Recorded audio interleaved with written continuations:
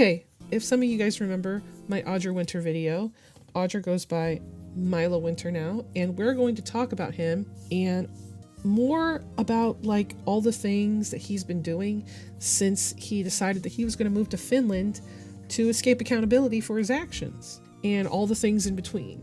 So yes, that's going to cover the high disturbance. Yes, it's going to cover all the stuff that happened beforehand too. So let's get into it. And if you guys are interested in seeing more about Milo Winter in general, you guys can look at these two videos that will be on the end of the video. So let's get into it. So back in September, so I'm not going to go over everything, but I'm going to give you a quick tiny rundown. Milo wrote a book. The book was really bad, used a gray area to get the books out, but didn't send out quite a bit of the books and still has not done that. But they're basically escaping all accountability for everything. Anyway, back in September, shortly after I made my video, Milo was trying to flee the country due to, I fully believe that it was a mix between the Charlie Kirk incident and them deciding that they needed to get away from accountability. There was also stuff about the money that they received from everything because they weren't going to be able to pay taxes on all that money that they got. So he relocated all the way to Finland. And do you know who's in Finland? And I was already talking about it. Okay. Sully, I believe 100% is in love with Milo. There was a comic on the Patreon that I saw that had to do with the two where it shows that they were cohabitating and they're basically together. It doesn't say they're together, but I do not believe that they're not either living together or cohabitating the same place or whatever. It's just too convenient to fly specifically to Finland, specifically where he lives. And I already knew Sully was giving Milo too much free art. There's no way he was paying for that because they got angel investors. And I don't know if you guys know what angel investors are. Now, I don't have a lot of screenshots from this because I didn't really plan on coming back to this. So an angel investor is something where you put up a dream project and then you put how much money that you need to give into it. And it's other people investing your dream. But I'm going to put some of them here. So it says here, investing in an early stage business involves risks, including liquidity, lack of dividends, blah, blah, blah, blah, blah, right? I'm not going to go all over all that. And right here, it says in the short summary, a multimedia literature-driven creative studio and publishing imprint with a team of 20 plus illustrators, musicians, animators, editors, and designers aiming to bring fantasy stories to life by emerging the publishing and art industries. So it was, the highlights here are made $200,000 from April to July solely on pre-orders with 7,800 sold products. Thousands of people are watching us and awaiting our next project. Experienced team of creatives fighting for independence in the arts, breaking through a new creative industry with intense publicity and traction, setting the path for new literature-based genre of art consumption. So he made more than he said than what was suggested. $200,000 is a lot of money. That's like a life-changing amount of money. Some people wouldn't say that, but for some, well, I believe that Milo is a very privileged individual. So that is an incredible amount of money to have. And I did want to bring back to the conversation of an intense new creative industry. For someone who clearly has watched anime before, I feel like Milo is being a little bit bad faith. I feel like he's like, well, I'm going to be the one to bring light novels to America. When light novels have always been a thing in Japan, it's been forever. And you can still find books that have illustrations in them. If you guys didn't know, Jack Vance, I've been bringing up Jack Vance because he's the only one I know offhand without doing deep research that has illustrations inside of his novels. It's not like this is a new thing that's happened. It's been happened. It's been happened, dude. It's been happened. So let's look at the overview. The overview target was $70,000, a minimum of $10,000. Shows investment and previous rounds nothing, and says stage breaking even. And investor role is monthly involvement. And then for business, we are dedicated to pioneering a new avenue of publishing that prioritizes the creative freedom of independent artists by equalizing the voices of illustrators, writers, musicians, and animators. By selling and distributing books that bridge the gap between narrative prose and artistic storytelling, we are on the brink of engineering a new method of book writing revision and inventing a new genre of art based in the literary world, which is so not true.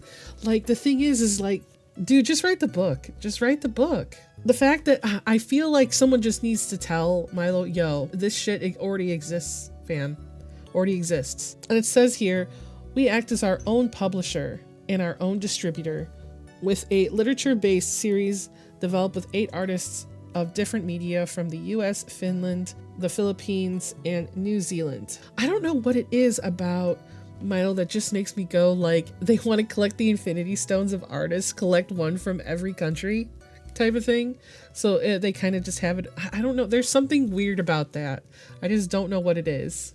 So here we have the market. Huge. I'm an influencer specifically for my writing and company. Our first edition sold extremely well, but following its release, we had a public uproar to do the next release even better than ever. With thousands of eyes on me, I've been given a huge opportunity to establish a new industry in the arts by simply proving myself and leveraging negative press into, ooh, Milo. Oh, okay. I just have a thing that I want to say about this. When it comes to this thing with Milo and leveraging negative press, like, it's like, I've been told by so many people who have been authors and people who are, you know, industry and non and private, like, once you put a book out, like, that's your debut. Like, people will read it and make their opinions on you after that. And sure, you can still make names, but you have to be sure that people won't find you based on those names, because I'll be honest, like, there was a thing where JK had a different set of books that she wrote because she wanted to dive into something that wasn't like kids fiction or whatever. And I remember that book got really good, had a really good reception, but people didn't know it was her. So I think you would have to be really smart. And you know what we all know about Milo Winter is that Milo Winter is not very smart as he likes to perceive himself to be. He just keeps making mistakes and makes the same mistakes too. Anyway, let's go back to this. And it says, people want to react to what I do to improve the book. I've been enabled as an author to do something unforeseen, and I've decided to devise a plan to do this in the most innovative way I could imagine. There are people talking about us and our next move across numerous platforms. Like, the thing is Milo could have done what I did. Like, I talk about my light novel a lot, and it's going to have some illustrations in it, maybe. I have one that I'm working on. I'm sure you guys are seeing it right here, probably on screen right now. But the full thing will be on Patreon, and if you guys want to see that, go over there. And I'm just having a hard time finishing it because I'm so busy. But I'm not lying about anything. I plan to let everyone see my writing. I'm trying to do it in all the right ways. And I feel like if Milo could have done the same, where there was an excerpt of their writing beforehand, they didn't try to lie and hide things. I think that maybe they could have leveraged their social media presence because they already did it to sell their book. So it clearly meant a lot to them. You know, so, and I'm not using them as in just referring to Milo, them as in all the people that he got involved into the situation. All those people clearly care, and Sully cares the most. There's no way Milo is paying Sully whatsoever. They're in a relationship as far as I'm concerned, and Sully is giving him free art. Like, this, the angels thing was, I feel, very misleading, especially for people who have money. I feel like that was a form of deception, and Milo liked to use a lot of pity marketing, and pity marketing does work sometimes, but bruh, you can't use it forever. So I'm just going to talk about the struggles because I feel like it's relevant. It says we are expected to pull in thousands per week to virtually nothing. We unexpectedly went from pulling thousands per week to virtually nothing, as our next move is anticipated following the reaction of seeing our first release. We have a gap in sales as we create our next product. The more revised chapters released, the more sales will increase and get back on track, likely even better than it has been. But in the meantime, we are struggling in the next 3 months or so. I need my full team to pull this off, and without a promise or a guarantee of the same consistency of revenue flowing into the company, we are at extreme financial risk. My only expense in the next 3 months is employment costs. But if it suddenly drops and sales continues, it will impact my ability to pull this off with my team. Maybe you shouldn't have decided that you were going to hire 20 people. You were out of your mind. And this was after he'd already flown over. So this is flown to Finland. This is beyond ridiculous in my opinion.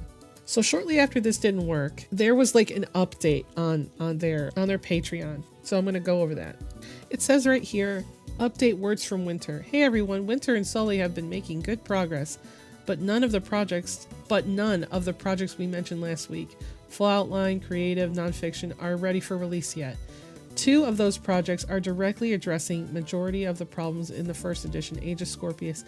Another major problem, perhaps the most critical problem, is that the book definitely got rushed out under unexpected pressure, with several key steps not done properly, copy-aided beta readers, or done at all, ARC readers. I personally hope for a quicker stream of content by now, but I think given the amount of upheavals since Winter's gone through recently, both personally and professionally, that wasn't a realistic expectation to set. So that's on me, and here's a message from the author itself. Good things are happening, I just need some extra time because I am most definitely writing and recovering my voice, but after what's happened, I'm far more hesitant in sharing it with the internet until it's where I want it to be. So I did subscribe to their Patreon for a little bit. I'm not going to show it on screen because I don't know if that's a problem or not, but basically it says that they've been having a lot of emotional bumps and all the adjustments to their life, and he's been seeing his creative spark return, but it's not in writing that he can share yet because it was obviously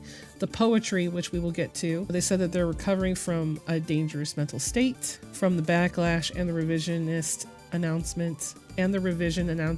And they basically go over their emotions and feelings. And they said that once they get back to the Age of Scorpius, the weekly oh my god, it's ice. They're after me. Anyway, they hope to get back to it whenever. So the thing is that they kind of promised their audience when they made this video.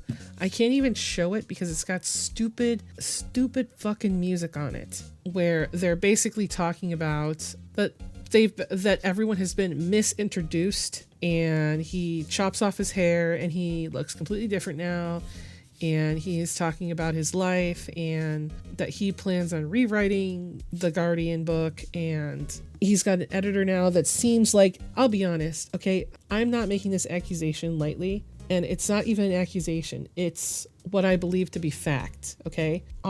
Milo is saying that he has this editor that has basically no information about them on the internet. They're a complete ghost, and they do all this level of developmental editing, copy editing, they do all the editing types. And Milo had people asking questions, and he would post the answers that people would be having for the editor. And it was every week on Monday, Milo was supposed to do a new post about where they are, because he timed himself to like all the way to March, in which he's going to have the book done. But like, that seemed really crazy to me. That was really crazy to me. And I did not believe that he was going to have that book done in that allotted amount of time. That was a fantasy that he had in his brain. And I'm glad that he had some fantasies in there, because damn, the one he wrote was bad. Anyway, so now he's living over there in Finland, and we don't really hear anything from him in a minute. They put a pause on the Patreon because there's not going to be new content, because I already knew this was going to happen, because you cannot tell me that he was going to fly from Colorado after he sold all of his stuff and flew out to Finland, and there wasn't going to be a period where he needed to acclimate to the area. And a lot of people don't even know how he did it, because it seems like there's no way that he should have been able to just fly there and just stay there for an unknown period of time using his business or whatever. It seemed like crazy. Nobody actually knows how he's over there.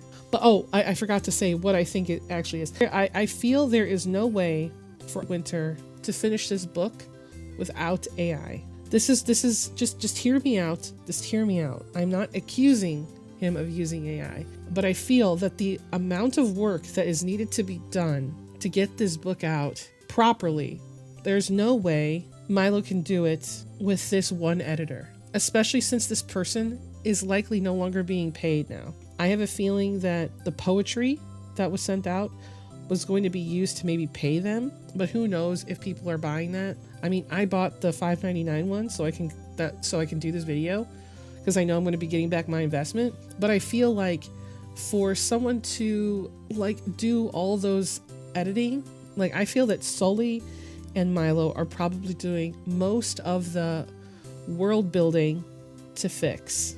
And then when they have something solid down, they send it over to Elrose, and Elrose puts it up, because I feel that this person that they're talking about doesn't exist. I feel that that person is just Milo under a different name. I really don't believe the editor exists. I think the editor is AI, and I'd be very surprised if no AI is used in the editing or copy editing or line editing thing for that, because I just don't see how they plan on having that timeline when he's not even writing it right now, you know? And I don't even know if he's doing any work, because so I have a little bit of experience with this. So there is a website that you can go to when you're like an environmental person, and they have jobs there that you can just apply to. They're like internships, but you do get paid for them.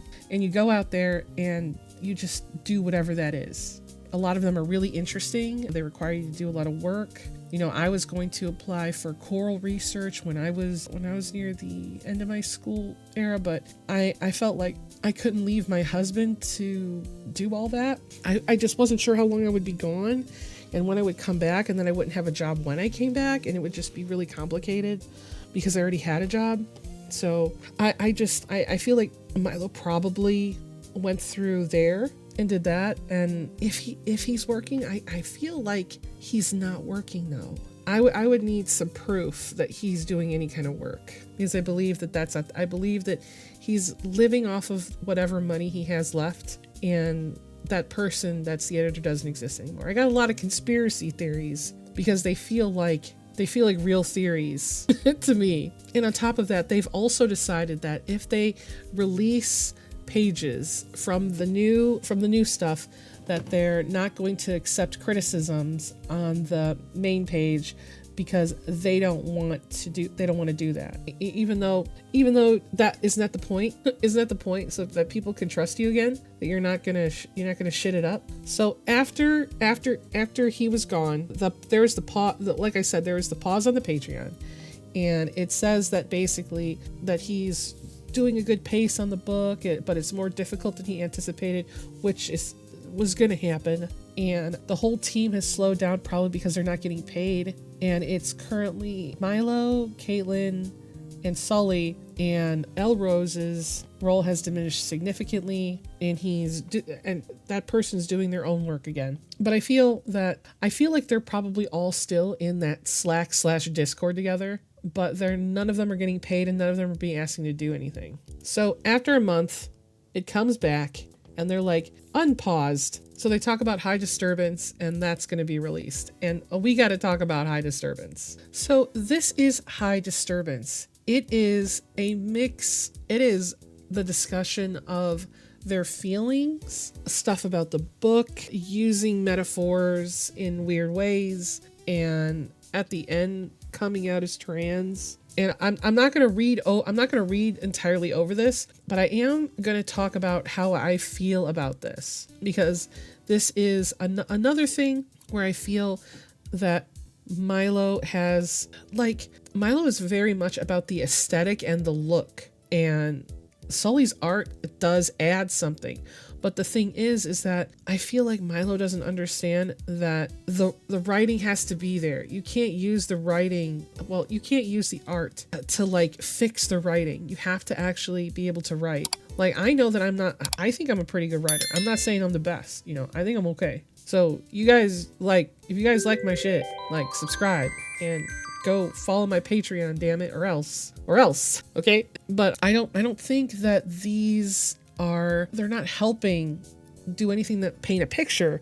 But the thing is that like, I feel like if you want someone to feel something for you, like the words have to be there. You can't just put words out there and hope somebody has the same feelings as you. I feel like maybe he should have focused on this writing a little bit more. Okay. So High Disturbance has a framing problem. It talks a lot about like extended ecology and uses those metaphors like it's going to do the heavy lifting when talking about the fundamental issues of their business failure. They use like like Milo talks about climate change and forest management, and it's like so long. Like the High Disturbance is so long too, and they barely address the thing, but they want it. It's like a lot of self-centered, you know. The whole thing reads like they're deflecting from their position and their personal mistakes. And I don't see, like, as someone who went into the same field as them,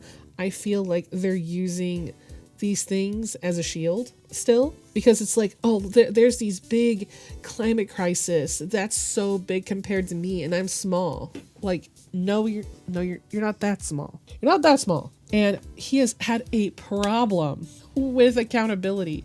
He still blames the copy editor extensively, but Milo was ultimately responsible for the quality control before publishing. And using "I was overwhelmed / in shock" doesn't explain publishing a book that had so many issues when you're asking people to pay for it. And then there's also the pattern of "I'm a victim" framing rather than "I made mistakes and here's how I'm going to fix them." Like the video that he put on his channel where he had his hair chopped off, that video is more taking accountability than anything they've written since then. And it's not that I even enjoy like pulling somebody down when they're already down, but I feel like when you've not learned anything, like what are we doing here? Like even the beginning, it's like 30 paragraphs about forest ecology, climate change, and fire management before it mentions the controversy. Even if it's well researched, it's informative, but it's still a deflection. Because in my mind, what this framing accomplishes is like it positions personal business failures within the context of like environmental issues. It makes anyone who wants to talk poorly about how bad the book was edited and the mismanaged business side of it look like they're dismissing climate change, and that's not it. I feel that Milo has put the readers of this in an impossible position, because on top of that, there's a "I fantasized about death, haunted by the ghosts of my mistake. I slipped into a mental health episode that in the same night was one severe I was unconscious for close to 3 days." Which, okay, dangerously close to death, I fought with the strange sense that something good was coming. Now, I realize that Milo was in a genuine crisis, and I want to be clear. If anyone is feeling, like self-delete, they need help. This is not something to dismiss or minimize. But the thing is that these quotes and these feelings also appear in the same side where there's a public essay about the business controversy woven into the writing. This is not like a public mental awareness post for themselves. This is not a personal essay about recovery by itself. This is a document addressed why the book was published with serious quality issues, woven into ecology and all that other stuff, mentioning sewer slide is a problem, because it tells your readers that if you criticize the business practices, the editing, the accountability, now you're criticizing someone who's revealed that they drove towards a wildfire contemplating death, who was unconscious for close to 3 days, and who fantasized death. This essay has created context where any criticism at all feels like you're literally going to attack them and hurt them. And I feel that is very manipulative wording. I feel High Disturbance is very, very, very manipulative, because it comes off like the criticism almost killed me. How dare you continue criticizing me? Because the answer is if you were this close to death, you should not have been writing a public essay about your troubles and tribulations through your business. You should have been getting professional help. And I feel that this is really unfair to people who have mental health struggles, like, because they're using it as a shield and everyone sees it when you use mental health as a shield. I was just in a bad mental place. Like that is not, that's no for me. No for me, fam. Because it makes it harder for people who have genuine struggle to be taken seriously. Like, okay, I've talked about Owoneko before, like on this channel. If you guys want to watch that, you guys can see that. I'll put it up there. But the thing is everyone could tell Owoneko was clearly having like some kind of mental disturbance issue, whatever. She was clearly having some kind of issue. Everyone could see it. And if she took accountability and then said, you know, this was during a phase of manic or whatever she has, I'm not trying to assume she has anything. I'm just saying in general, if she says, well, this happened during me having this phase and I just kind of want to move on from it and I'm sorry, she could easily just go back to how she used to be, you know, on her channel. But she's decided whatever else. But this feels like that because you can't use your mental health to excuse the things you've done. You can't just say I was having a bad, you can't just go I'm having a bad day, excuse me. You go, yo, I'm having like yo, when I get very, like for me, sometimes I'm in a bad space and sometimes I've snapped at people and I'm like, you know what, I was feeling this way and I was just not in my right mind and I just wanted to apologize. You know, this is not an excuse for that, but I should not have done that and I will try to be better, you know, the next time. You can give people the reasons why that you behave that way, but that doesn't mean that you can't be held accountable and that person has to forgive you, you know, because all of this, because if you guys can remember, before that book came out, he was so fucking cocky. He had a chip on his shoulder. He was making videos. He was happy as a fucking clam to tell us how much better than he was to all of us. You guys remember that? And then the moment the backlash started, it was me. You guys are so mean to me. And still to this day, I feel like they have not really approached a proper apology in a way that is meaningful and is understanding and then not repeating the same problems over and over again. You say sorry and then you don't repeat, you know? Like, for example, me, back when I did the Ross Draw stuff, I might have been assuming things about his mental health care, and that was not my place. So I try to not assume things about people's mental health care anymore. It wasn't my place. Not that I'm not going to mention it, but I've learned that I probably shouldn't bring it up because it's not really my place. But I'm saying you could still talk about it, but know that like, probably don't assume shit, you know? Don't assume shit. Just go, if there's facts, go by the facts. Like, I feel that Milo is romanticizing sewer slide ideation and turning this mental health crisis into some kind of poetic metaphor for, like, consumption of his book. Let me burn alive to pave the way for my rebirth. Ugh, I just can't. Like, the answer was definitely going to a mental health care facility and having them check you over and then maybe starting some kind of something. If it was this serious, flying to Finland was probably not the right choice. Especially, like, okay, in America, you are covered under your parents' insurance until you're 26. So it seems weird that he would fly to Finland to live there to get away from America when he was clearly going through some shit and he probably needed some therapy, probably needed someone to talk to, needed some kind of intervention, not a plane ticket to Finland. There should be no major business decisions while they focused on getting better and working through all of that. And I feel like I'm not trying to be mean, but sorry, where are his parents? Where are they? Where's Milo's parents at? I feel like if he was this bad off, as he claims to be, where are his parents? Like, I don't know if he has a good relationship with his family or not, but I feel like it can't be. I feel like there's no one that told this 22-year-old person, don't fly to Finland when you're having a mental health crisis. No, nobody was there to say that. Nobody. That's why I feel it was for passion, for love, and it's not for anything else. I'm gonna go to Finland and you can't stop me. Because in their account, Milo clearly has run away from his problems before. Like, he was in a relationship with somebody, like a girl, and it ended badly, and their answer was to fly to Alaska and become a ship hand or whatever. Like, what? Okay.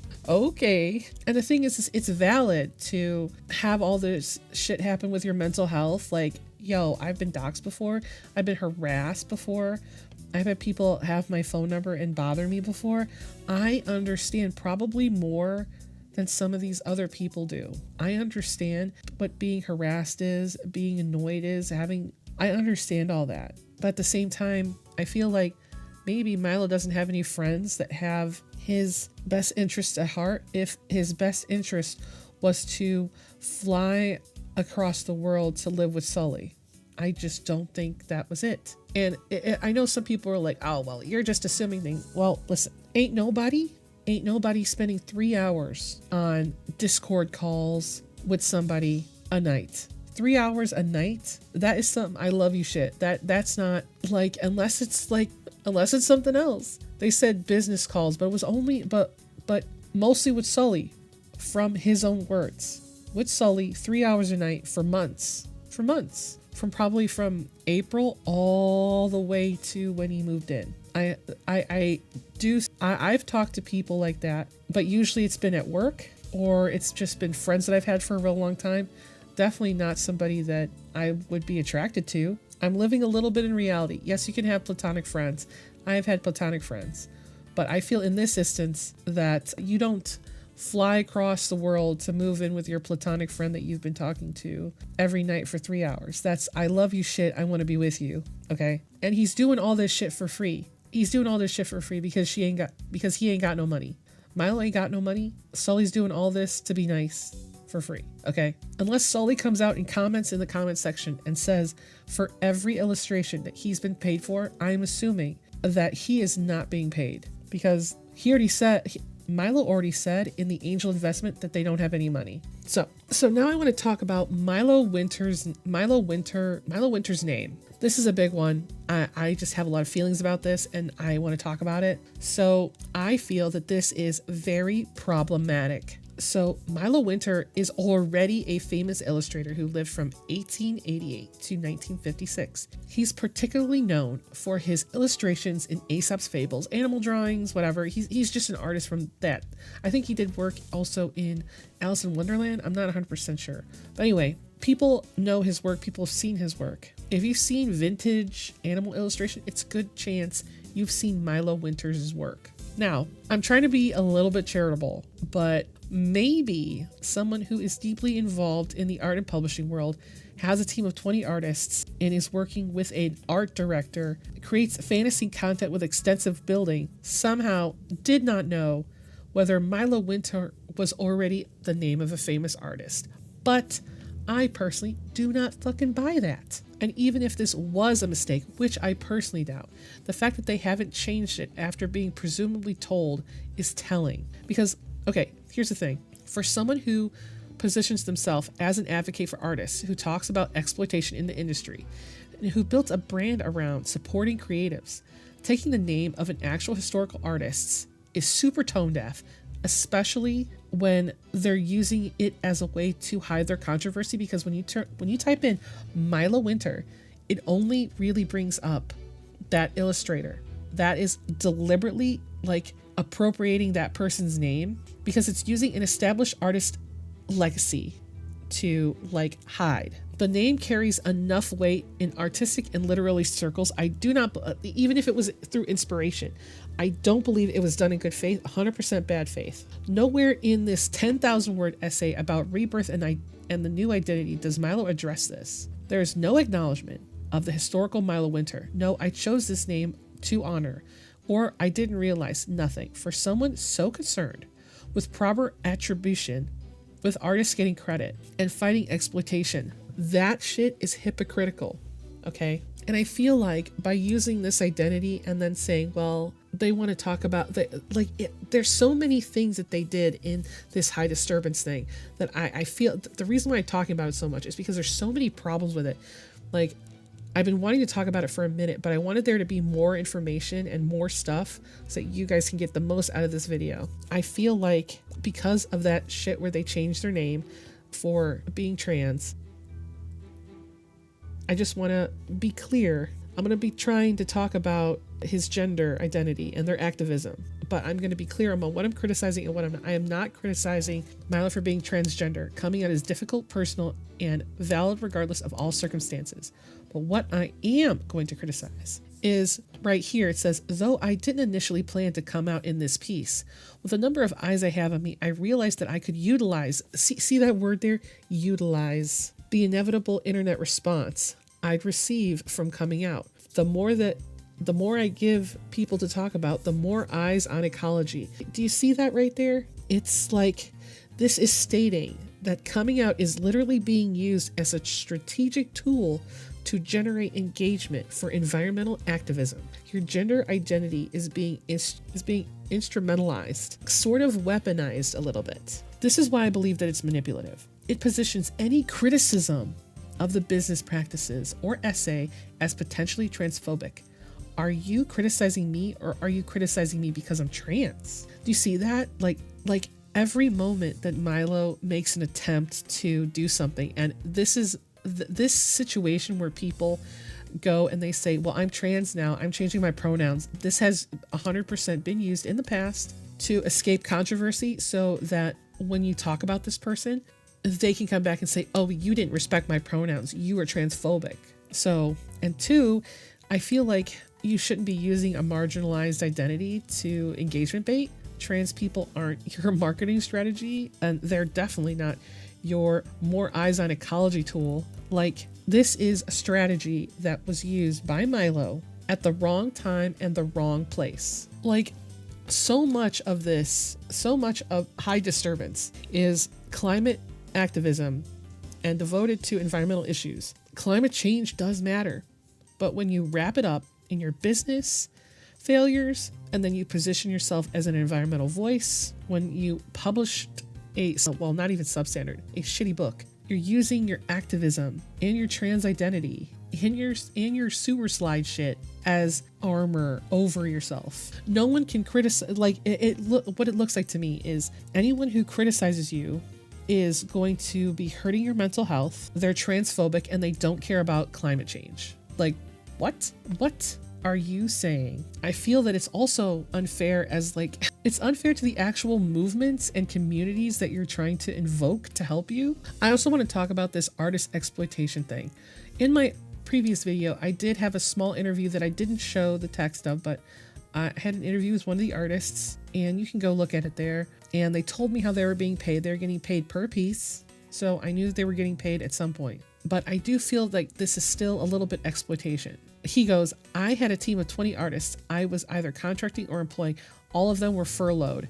I failed them with my entrepreneurial attitude. Like, dude, no, you failed them because you're literally 22 and don't know how to do money. Like you're privileged. You're a privileged person who probably had never seen that amount of money before, because it's like your fucking daddy or your mommy's money. You didn't put any money aside. You didn't make any business decisions. You just wanted to wear the costume. Like, you put no safety nets for these people. Where are their contracts? Did they have guarantees? What happened to them when the revenue stream dried up? You just said, yeah, I am 100% sure, based on what I found on Reddit, that when they were looking for artists on Reddit, they were looking for people who, were willing to work for them for more than the money. And I just want to read this to you guys, because this was posted when they should have been editing their original book. It says, I'm in search of an artist to specialize in graphic design, create promotional materials for my book series, including a poster, blah, blah, blah. My name is Audra, and I'm an independent author and creator of the Zodiac-based high fantasy with over 100K followers on TikTok. I have a current team of 13 artists working behind the scenes to make this book possible. This is important because if you accept a commission request from me, you must be willing to join a team and collaborate with other artists on this project. We have a Slack we work in with illustrators, concept artists, landscape artists, and character artists, and more. You, as a graphic designer, will be relying on references and works from other artists. If you agree, put stars in your reply. This is critical that you're aware of this requirement. I will not look at your portfolio if you do not put this in a response. I'm looking for someone who shows dedication and interest to continuously becoming involved in a larger collaborative project. The first sign for me is that you've taken the time to read this. That being said, your workload won't be too crazy. Don't expect to be full-time, but rather you can work however much you want gig. I have some artists who are working on this project every day and some who pick up a request now and then. I call out various art needs in our Slack. I have flexible and high budget PayPal due to external funding of this project and a large audience expected to give this series a promising debut. I am happy to pay anywhere from $50 to $150 per graphic, depending on the complexity of the graphic, and I will fit your rates in with the graphic to be used commercially. So this was also posted on Hungry Artists. So they were, and I've said in my previous video, the people who Milo hired were really professional looking artists that if they're paying $50 to $150 to more per graphic, of course they're going to run out of fucking money. That's why I don't believe that. I mean, he already said he went through almost all of the money. I'm sure a lot of that was probably because of the fucking art and trying to send out the books. And they ran out of, they didn't think about sending out the books first before paying all the artists for all this bullshit. Because what I also see is someone who talks extensively about supporting artists and fighting exploitation, but built a business model that couldn't weather that storm. And when that storm hit, 20 artists lost their income. And as you can see right here, it says, my sales came to a screaming stop. My revenue projections were thrown out the window. I had a team, 20 artists. I was either contracting or employing, all of which were furloughed. I failed them in my entrepreneur attitude. I took financial risks and put all 6 figures back into my business, the same one that suddenly stopped making money. Why the hell didn't I put some back into my savings? I couldn't even stay afloat myself. How am I going to care about Guardian than protecting? Oh, sorry. I couldn't have stayed afloat myself. How had I cared more about Guardian than protecting my own livelihood? Because this is presented sort of as a self-sacrifice, in my opinion. Like, that was pre-order money from customers who trusted you to deliver a product. And instead of ensuring you did it for your team, for your business, whatever bullshit lie you told yourself. The essay positions Milo as a victim of the publishing industry, of internet culture, of capitalism, but never fully addresses the artist who depended on this business for income. And I'm gonna put this out there. If you are one of Winter's artists and you would be open to an interview by me, I would love to interview you. And if you've fallen away from Milo Winters, or you've been involved in this project and you fell away anyway, I would absolutely love to interview you because I have some questions that I would love to ask. So if that's you and you're listening to this right now, please feel free to hit me up on my business email or one of my socials. Now, I went and I bought Audra Winter. I bought Milo Prathers, which is it's just another attempt to escape the controversy because now they're using their real last name. And I don't even hear you people in the audience being like, oh my God, you doxed them. Listen, they doxed themselves in their own account. It's still there even. Okay. It says right there in one of their things, it says Sarah Prather. It has the whole video there with their name on it and everything. I don't want to hear shit. I know that I'm just saying, I'm not dead naming them. I'm just saying it's there. I'm not doxing them. They doxed themselves. Anyway, we got to talk about Alterlife. So in the time where he should have been working on his book, he has worked on other things. And that's also okay because I get it. The Book of Scorpius has left a huge bad taste in his mouth and he wants nothing to do with that. I feel that he's escaped with the money at this point. I really feel that way. And I don't feel like anyone's going to be getting those books back. I feel that he doesn't have the money. Nobody has the money for this. And I think that because he wasted so much of the money, there's no possible way he can fulfill those pre-orders. It's kind of like, you know, that thing where artists who need money for commissions, they will take commissions before they finish previous works, and then they get so much on them when they literally they need a constant stream of money coming in, and they just end up wasting the money before the commission is paid, and then the commission wasn't finished, but they need the money, so it's like going crazy. It's like kind of like that, but he doesn't have the money. he's not getting a stream income. So I don't know how he plans to do all this, because he used his college fund to fund part of the book and then wasted the rest of it. I would love to know how much it costed to move out to Finland, because I feel like that was the last of his money. There's no way he has the $200,000 still. Okay, so Alterlife. Alterlife is supposed to be more of the same, where it's, so it says here, after a life, Alterlife is a personal illustrated poetry collection exploring themes of ghosts and the afterlife as a metaphor for trauma, and recounts a journey of healing told through echo poetic lens. I'm reading what he wrote here. Traversing through the wilds of the American West and Scandinavia, Alterlife weaves a story of introspection, recovery, and perseverance, paralleling PTSD, self-destructive tendencies, and traumatic memory to ecosystems and landscapes. So I feel that when I saw that they released this book, I didn't even see it right away. I only saw it because they posted up on their TikTok, and it looks kind of, I feel like we should just go there. All right, here we go.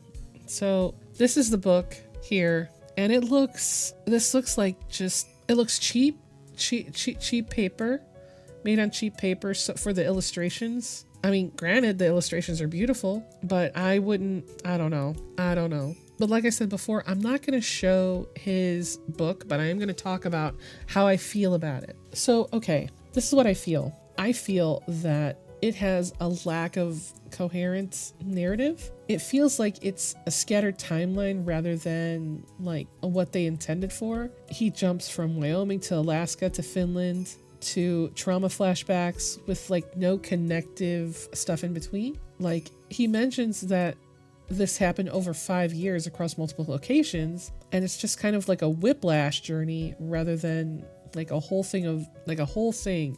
I feel like he's trying to do too much. Like in the opening poem, the canine and the core promises like fire wolf imagery as a through line, but then like this just disappears and reappears inconsistently.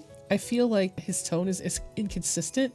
He goes between nature meditation, misty and flurry, and graphic trauma processing stuff like rinse and repeat in Aphona without warning or a transition at all. So it'll be like a poem about just like nature stuff, and then it'll be like trauma the next one. So it's like, I feel like it's a bit all over the place, and it's hard to take. It's not that it's hard to take it serious. I feel like a trigger warning in the front of the book is not enough. Even though I have no intentions to do trigger warnings myself, I feel like if you're doing trigger warnings, I feel like in a book where it goes from pleasant to devastation like that, you need something in between to soften it. And then there's like a casual diary entry in the middle of all this poetic stuff. Like, I understand that you want prose pieces, Milo, but they need to serve the collection's purpose beyond, I did a thing and here's what I did. This is a blog post at best, and it has no place in that collection. And I need to talk about your uses of some words that do not mean what you think they mean. And I feel like they're also misplaced. There's a word like serried for scarification. It's like an old term that means closely ranked. I don't know why you're using that. And then there's sapidity, which means flavor, but you're using it to mean like wetlands. I don't even know if I got that right, because I feel like you are really stretching. And there's serotinous. I can't even say it. It's a botanical term for a pinecone seed, and like 99% of people aren't even going to know that. It's fine to use specialized vocabulary, but I feel like, for example, would I talk about an alluvial fan? No, I would describe it as a fan and describe the purpose. I mean, I'm not even a poet, okay? I do a little bit, but it sucks. And then on top of that, like, I feel like you have these nature metaphors that are just fucking weird. Like, my milk marrow dissolves with rain pour. Come on, dude. What is milk marrow?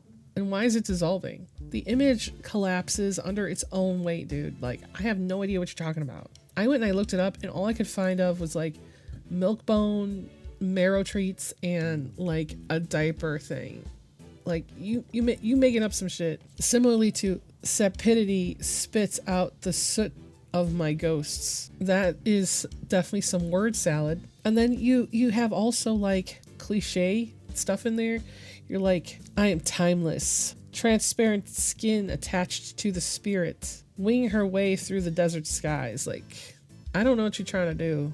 It feels like they spent too much time with a thesaurus because they're adding like old ass words, scientific terminology, and implying a violent transformation. But it's like, I don't know. I've seen and I've looked up other stuff, and I feel like they're just trying too much. You know what it reads like? You know what it reads like? It reads like 2010s poets from Tumblr. I'm not saying it's bad. I'm just saying that it's got a thing to it. And I feel like I've seen it enough that in your writing, Milo, that adjective skin plus abstract spiritual concept is literally everywhere. Okay, I also think that you, Milo, you need to understand how semicolons are used because they're joining two independent clauses that could be sentences. And you kind of use them like fancy commas. Like, there's some instances where you talk about the evergreen mother. Near the end of that, you definitely should have been two sentences instead of using a semicolon. You really need to look up how to use some shit. Like, you need to do some editing. Somebody needs to do editing for you. You suck at it. And I feel like when it comes to the trauma content, like aphonia and rinse and repeat deal with essay, and the latter is more powerful because it uses specific sensory details. But the other one is just too abstract, in my opinion. And I feel like when you have other poems, it's like performative suffering. Like it reads like you're performing trauma rather than processing it. So I don't know if that was I don't want to say that's the plan, but I don't know if poetry is the way to get through it, because clearly you're still going through some shit, and you should probably, to be honest, me personally, I think that Milo should go home, go finish whatever shit he's got to do at school, get some damn mental health care in some way, and then maybe when it's processed, come back to this, because they've done too much. Like no one wants to hear from Milo. No one wants to see them put out another book unless it's going to be the original, rewritten. People just want the shit that they were given. They want to close the chapter of, like, I fully believe that I don't think that Milo can make a career from writing based on all of this bullshit. I think that it's just going to be impossible. I don't think they can write their special interest world building bullshit because they can't take criticism. Because the thing is there's poems that are pretty good in there when you stop trying so damn hard. Like the Yellowstone River one, that was really good. Flurry was really good. Civil Twilight was pretty good. I know, kitten. I know. You just coming up here to say hi. I also feel in the author's note, you told me what you should have shown me. I know, kitten. I know. I'm not going to go into literally everything because I want people to experience it themselves. But I feel also, let's talk about Sully. Okay, let's talk about Sully for a second. Again, the whole book is full of, the paper book is full of illustrations. So let me get this. Let me just put this in your brain. Every page has a unique illustration, whether it be small or large. That is 59 illustrations. Think about that. And Sully is a good artist. He should be getting paid at the least 300 something for each piece. And because those are beautiful pieces. But this is what I said. That dude's in love with him. That dude's in love with Milo. There's no way about it. Ain't no way someone is putting forth 59 pieces for someone they aren't in love with. I do art for my husband for free. Do you know why? Because he's my husband. Because I love him. Would I do it for free if it was someone who was not my husband? Would I do his little comics and stuff? Absolutely not. You better pay me for that shit. But these are full colored, full rendered. These are really good. These are really good pieces. And there's no way he was paid for any of them. Okay, get the fuck out of here. But I feel that it crosses the same thing that happened with the book. The book is not the focus. Having the good writing isn't the focus. The focus is using the art to aid in the writing. Like, even when I was looking it over, my husband came by and he's like, man, that looks really cool. That looks real cool. But he didn't even read it. He didn't even try to read it. He wasn't, it's, Milo, you're featuring your artists. You're not featuring yourself. People aren't coming here for you. People are coming there to see your artwork from all the artists that you've hired. That's it. L Rose, Sully, putting posts up on Patreon for free, 100% for free. His art's beautiful. People are coming there to see the beautiful art. You're not creating a situation where you're also valued. You're the most devalued part of World of Guardian. I heard of, what was it? I heard of a comic that was being done on the side between two of the artists that are working together to do something different. And I saw it in the Patreon briefly. And of course, the artists are going to work on their own thing. And their own thing was well thought out, put together. It was interesting. I just think that you've become an idea guy, where only the vague parts of your idea are actually worth keeping, and everything else is kind of discarded by the wayward. People are interested in seeing I'm interested in seeing that comic when it's finished. I'm interested in seeing what animations are going to come from it. Do I necessarily care about your writing and how bad it is? I care about looking to see how bad it's gotten. I would love to see if it could get better. But do I believe it'll get better? No. I believe that I believe that you're so insecure about your writing that you need art to go with it. And I'm not saying every poet is this way. I'm saying specifically you, Milo. Because the thing is Milo has some talent in doing poetry, but it's drowning in like obscurity, not editing it, confusion. Like, you could cut like 30% of those poems. Like, they're organized thematically, but not chronologically, because that's kind of, when I read the synopsis, that's what I thought it was going to be. Now, coming from an environmental biologist, I would call myself, that's what I graduated with. I feel the fire ecology is confusing. You're conflating disease, fire, and anthropomorphogenic like impact. They're separate, though related. Like, the pine forests in Yellowstone have a natural fire return interval of like 100 to 300 years. And 1988 Yellowstone fires were part of the cycle, and it's not purely human caused. By lumping everything together as a human disturbance, you're missing the actual point. We've suppressed natural fire cycles, leading to fuel accumulation, and more catastrophic burns when they do occur. Your one poem uses the word serotinous, but then you write, with the delicate and dedicus a little more, a little less, and evergreen. Like, the ecology is backwards because those cones don't open with time cycle. They require fire temperatures to melt, to get rid of the seal or whatever. Time doesn't open them, fire does. This is the entire evolutionary adaptation. If you're going to use this as a metaphor for trauma, requiring acute crisis to crack you open, then fine.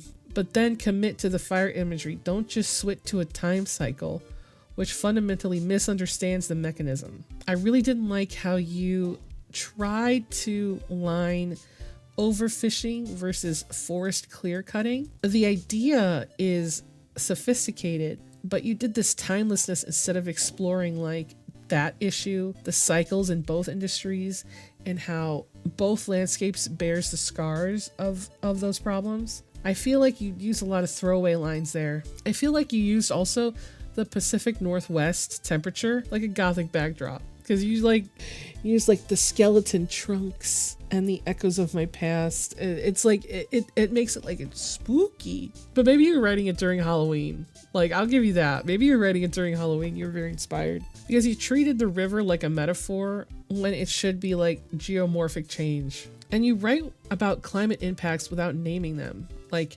wildfire smoke, the seasons changing, forest disease. You treat them like they're the aesthetic. And I feel like for someone who's claimed to be a naturalist and dedicated to ecological education, I feel like you just don't know what you're talking about and you're using it for flourish. Like, you write about landscapes that are in crisis, but it's just, I don't know. I feel like how else to explain it? It's like you're using a cake metaphor and all the layers of baking one for trauma. But then it's like, when someone's like, well, just put something else in there instead, like, okay, it's like the ingredients are there, like, I put the eggs in, right? But in the poem, instead of putting the eggs in, there's a completely different thing that is not eggs that is put in. It's just egg shaped, and there's no eggs in the cake, but it's still like, yes, it is a cake. I hope I'm not being confusing, because it's kind of hard to, I'm trying to describe their metaphors in a way that you guys might be able to understand them. It's like they have the ingredients, but they're putting the wrong ingredients into a thing and then still calling it a cake, you know? I also don't understand the part where you were talking about the desert. Like, which one? I feel like you either have to focus on ecological poetry, or you're trying to confess, or you're a confessional poet borrowing from nature imagery. I feel like you need to pick a lane, because the thing is I feel like maybe you didn't have to put eco poet, and maybe you didn't need to talk about all of the terms that have to go with environmental science in general. I feel like that was not necessary, because I feel like it's hurting you more than it's helping you, because your Christmas poems placed a time and a memory and everything, and I feel like you used it correctly there, but I feel like a lot of your poems are all over the place. I feel like what this collection should have been was giving your actual experience, like fieldwork and trauma and whatever. Like, you could have talked about remote fieldwork attracting people fleeing trauma, isolation and safety, witnessing ecological collapse while processing personal collapse. There's a way to do it that made sense, but I feel like you just wrote your trauma attached to name drop ecosystem stuff. But like, as someone who knows the stuff that you're talking about, it reads really weird, Milo. It just reads super weird. But I feel like if you're going to use, like, okay, for my world building channel, I don't really talk about stuff that would be too complicated.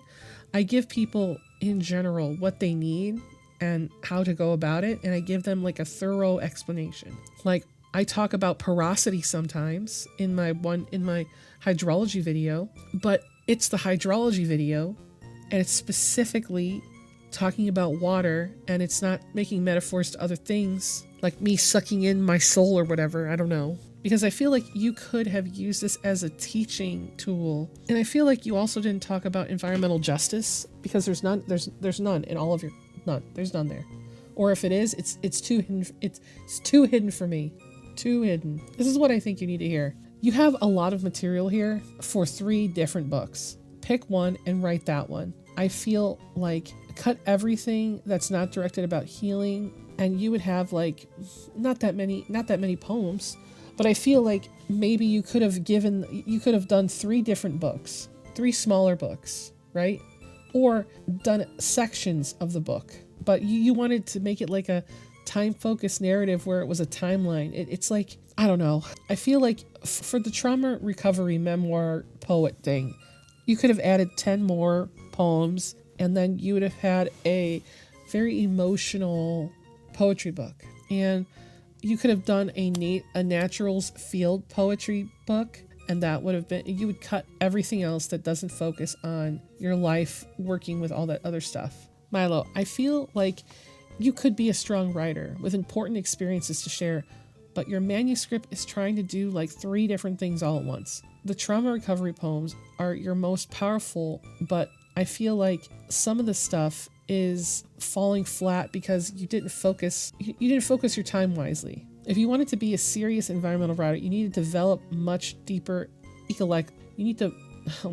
need to develop a much deeper knowledge with ecological stuff. Arguments about climate change and justice or resilience, I wouldn't say, just maybe don't use them as pretty backdrops. And if you wanted this to be a trauma memoir, lean into that and let the landscape be your witness without trying to also tell readers about ecology, because it just gets really messy. Like, it'd be like if I was having a poem about like my own trauma, and then I'm like mentioning like my fallen tears are like an alluvial fan on the side of a mountain. Like, what is this? Like, what? And I'm not even gonna explain to you what an alluvial fan is, audience, because it's like, just go look it up. The reason why I'm saying this is because it's not knowing what it is sounds silly to me. Like, if I were to say it out loud and I were to put it in a poem, it sounds stupid to me. And I feel like, Milo, you're diluting your strongest material with some of those poems around it that don't pull its weight. I feel like a poem collection that's laser focused would be super powerful rather than 40 plus collection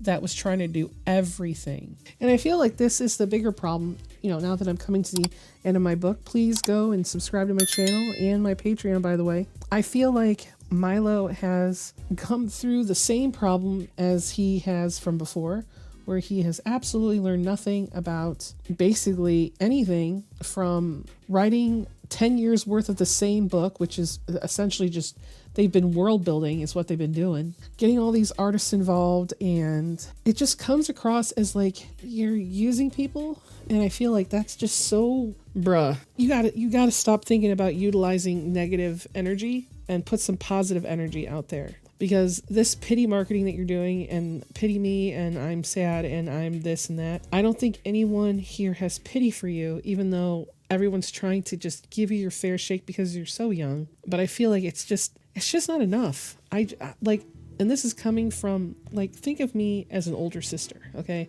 I'm coming to you completely as an older sister. You gotta stop fucking around, dude. If you want to put out something, put something positive in the world. Stop putting out all this negative shit. That book is negative experience. Your TikToks before that were also negative because you're trying to capitalize on every single post you make. And I understand that as a YouTuber, I understand that, but there's a point where you're losing some authenticity of yourself. Like when I tell people about my passions, me and you are very similar, Milo. We're very, very similar.